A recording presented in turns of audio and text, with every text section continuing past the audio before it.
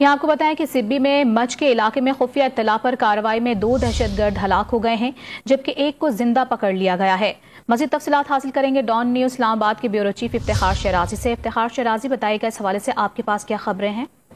जी, जैसे कि हमारे नाज़रीन को मालूम है कि बलूचिस्तान के अंदर बहुत सारे इंटेलिजेंस बेस्ड ऑपरेशन चल रहे हैं और पिछले दिनों तो एक कलदम तंजीम के सरबराह को भी गिरफ्तार किया गया था। आज सिब्बी का इलाका मच है जहाँ पे किसी तरह का खुफिया इत्तला पे ऑपरेशन किया गया है और वहाँ पे बताया गया कि ये दहशतगर्द न सिर्फ शहरियों पर हमलों में मुलव्वस थे बल्कि जो कोयले की कानों में काम करने वाले मजदूर हैं उनसे भत्ता भी वसूल कर रहे थे।